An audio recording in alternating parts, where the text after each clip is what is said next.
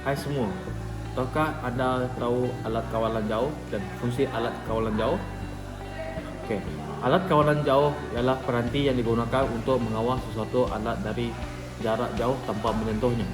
Ia biasanya digunakan pada televisyen, penghawa dingin, mainan, pintu automatik dan peralatan printer. Alat kawalan jauh biasanya menggunakan gelombang inframerah atau gelombang radio untuk menghantar isyarat kepada peranti. Fungsi alat kawalan jauh: yang pertama, menghidup dan mematikan peranti. Yang kedua, menukar saluran atau mood. Ketiga, melaraskan bunyi atau suhu. Keempat, memberi kemudahan keselesaan kepada pengguna. Kelima, meningkatkan keselamatan dengan kawalan dari jauh. Pengguna gelombang ini membolehkan peranti dikawal dengan mudah tanpa sentuhan langsung. Sekian. Gelombang mempunyai beberapa sifat utama. Amplitude menunjukkan tenaga gelombang lebih besar. Amplitude lebih kuat tenaga. Frekuensi ialah bilangan gelombang per saat dan menentukan nada atau warna. Panjang gelombang ialah jarak antara dua titik sempadan, manakala laju gelombang bergantung kepada medium dan frekuensinya. Gelombang juga boleh mengalami pantulan. Cahaya sebagai gelombang juga boleh mengalami polarisasi. Semua sifat ini membantu kita memahami kelakuan gelombang dalam berbagai situasi.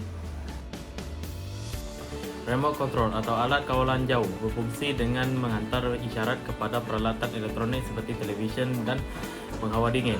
Apabila pengguna menekan butang pada alat kawalan jauh, satu isyarat akan dihantar dalam bentuk denyutan gelombang elektromagnetik. Sama ada gelombang inframerah atau gelombang radio, bergantung kepada jenis alat tersebut. Isyarat ini kemudian diterima oleh sensor penerima pada peralatan yang akan menerjemahkan arah kepada tindakan, seperti menukar suhu dan menukar siaran. Remote control yang menggunakan gelombang inframerah bergantung kepada beberapa ciri khas gelombang tersebut, seperti tidak menembusi objek kejal, perlu berada dalam garisan lurus, dan beroperasi pada jarak pendek.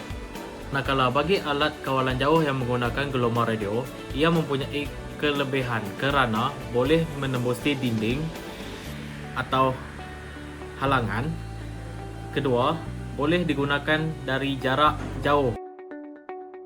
Gelombang memberikan banyak manfaat dalam kehidupan, terutamanya dalam bidang komunikasi, perubatan dan teknologi.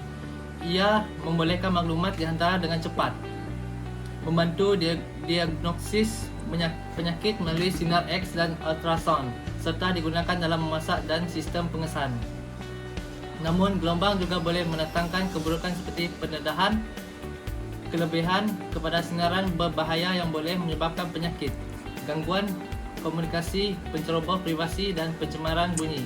Oleh itu, gelombang perlu digunakan dengan bijak untuk mengelakkan kesan negatif.